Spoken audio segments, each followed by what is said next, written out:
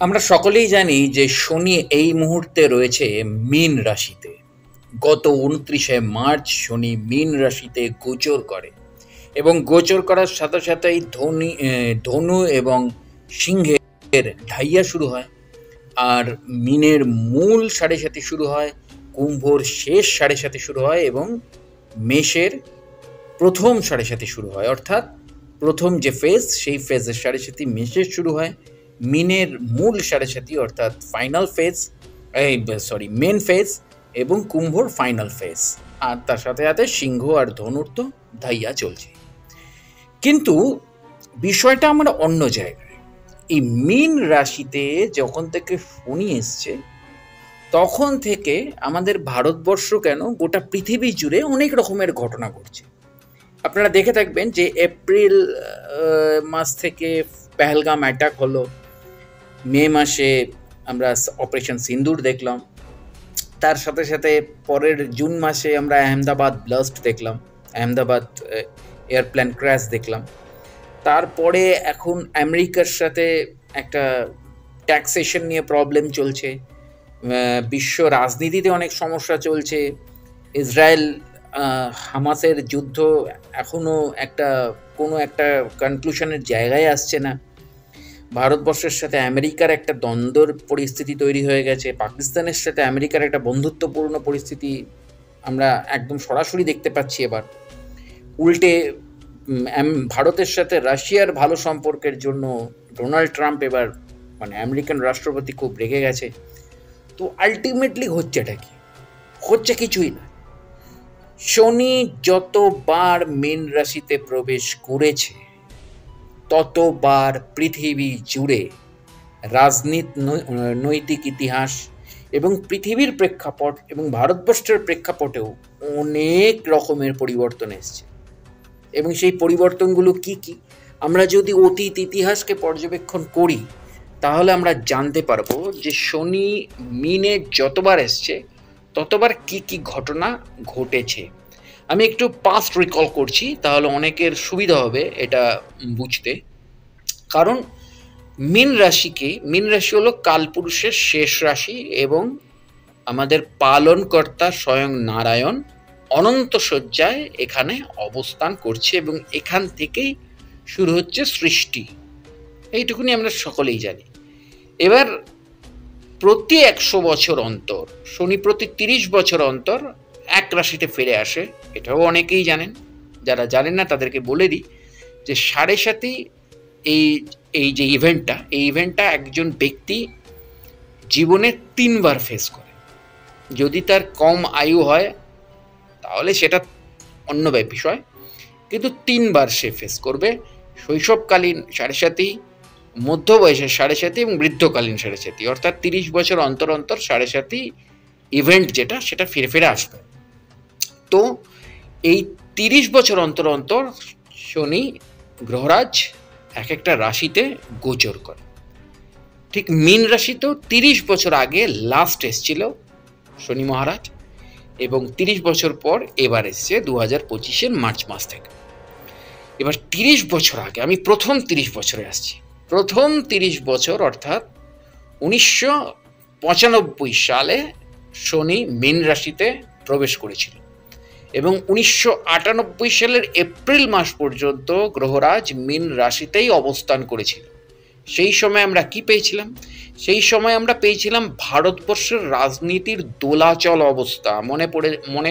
যারা political science বা history জানেন বা যারা সেই সময়টাকে দেখেছেন তারা জানেন যে ক্ষণে ক্ষণে তখন প্রধানমন্ত্রী পরিবর্তন হচ্ছিল, বারবার ভোট হচ্ছিল, কোনো সরকার কিন্তু সঠিকভাবে দাঁড়াতে পারছিল না ভারতবর্ষে। কিন্তু ১৯৯৫ সালে অটল বিহারী বাজপেয়ী প্রাইম মিনিস্টার হন এবং ১৯৯৬ সালের ১৬ই মে পর্যন্ত তিনি প্রাইম মিনিস্টার থাকেন এবং তারপরে তার সরকার পড়ে যায়, তাকে পার্লামেন্ট ছেড়ে বেরিয়ে যেতে হয়। রাইট উইংয়ের উত্থান হয়। আমাদের আজকের ভারতবর্ষের আজকের এই মুহূর্তের যত প্রভাবশালী নেতৃত্ব, ইভেন আমাদের রাজ্যের সিএম মমতা বন্দ্যোপাধ্যায়ের উত্থানও সেই সময়েই। কারণ 1995 থেকে 1998 যে টাইম পিরিয়ড, সেই টাইম পিরিয়ডের মধ্যে রাজনীতির কাছে মমতা ব্যানার্জি, লালু প্রসাদ যাদব, মায়াবতী, সোনিয়া গান্ধী এবং প্রাক্তন এবং প্রয়াত আমাদের মুখ্যমন্ত্রী বুদ্ধদেব ভট্টাচার্যের উত্থানও কিন্তু সেই সময় থেকেই শুরু হয় ভারতের রাজনীতিতে এবং বাংলার রাজনীতিতে। আর আজকের এই যে চীনের যে এতটা ইম্প্যাক্ট, এই চীনের ইম্প্যাক্টও কিন্তু শুরু হয়, মানে চীনের যে পাওয়ার রাইজ, এই পাওয়ার রাইজও কিন্তু শুরু হয় সেই সময় থেকে, অর্থাৎ সেই 1995-96, এই 1995-96-97-98 এই যে টাইমটা, এই টাইমটার মধ্যেও কিন্তু চীনের একটা উত্থান শুরু হয়, যেটা আজও চলছে।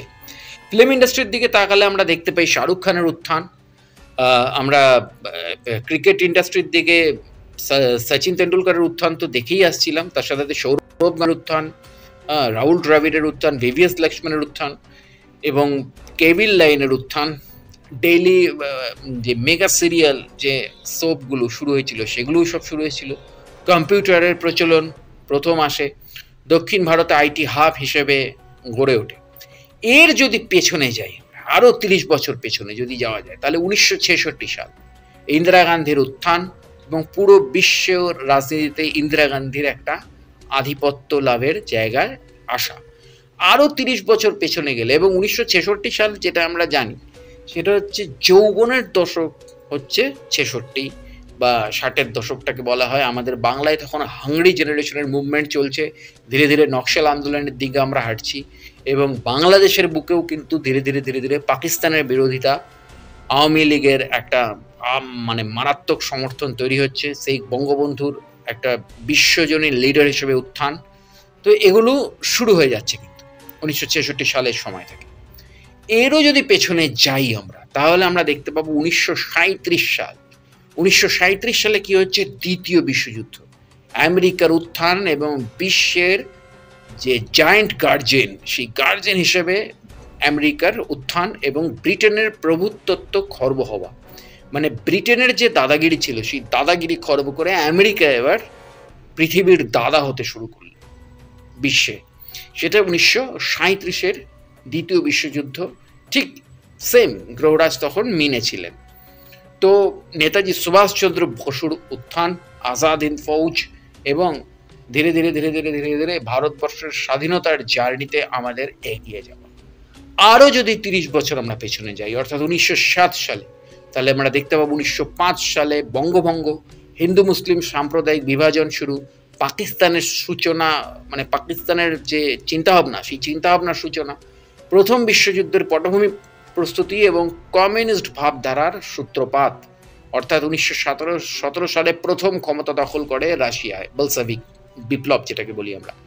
এই হলো শেষ 100 বছরের শনির মীন রাশিতে গোচরের একটা সংক্ষিপ্ত ইতিহাস। তো আগামী 2.5 বছর, মানে 2.5 বছরের মতো তো 6 মাস প্রায় কেটেই গেল, 6 মাস নয় 5 মাস কেটে গেছে। তো এক্স্যাক্টলি ওই 2.5 বছর 2.5 মান্থস শনি মীন রাশিতে গোচরে এক একটা ইম্প্যাক্ট ফেলবে। তো যারা ভয় পেয়ে গেছেন বছরের শুরুতে, তাদেরকে বলে দিই এখনও খেলা শুরুই হয়নি। যদি একটা বিশ্ব রাজনীতিতে এবং ভারতের রাজনীতিতে বা বাংলার রাজনীতিতে কোনো পট পরিবর্তন হয়ে যায় বা কোনো কিছু এমন আকস্মিক ঘটনা ঘটে যেটা হয়তো আমরা এক্সপেক্ট করিনি, তাহলে এতে ঘাবড়াবার কিছু নেই। কারণ আমি সেইটাই আপনাদেরকে বলে দিলাম যে মীন রাশিতে যতবার শনি এসছে ততবার শেষ 100 বছরে কি ঘটেছে গোটা পৃথিবী জুড়ে, তো তার নমুনা কিন্তু আমরা 2025-এর শুরু থেকে দেখতে শুরু করে দিয়েছি। ক্যালিফোর্নিয়াতে আগুন লাগাটা ছিল জাস্ট ভূমিকা, চলতে থাকবে। তো সেরকমভাবে প্রস্তুতি নিন। জুড়ে থাকুন আমার চ্যানেল এবং পেজের সাথে, আরও অনেক অ্যাস্ট্রোলজিক্যাল, নিউমারোলজিক্যাল, তান্ত্রিক এবং মান্ত্রিক বিষয় নিয়ে আলোচনা করছি। দেখা হচ্ছে পরের ভিডিওতে। নমস্কার।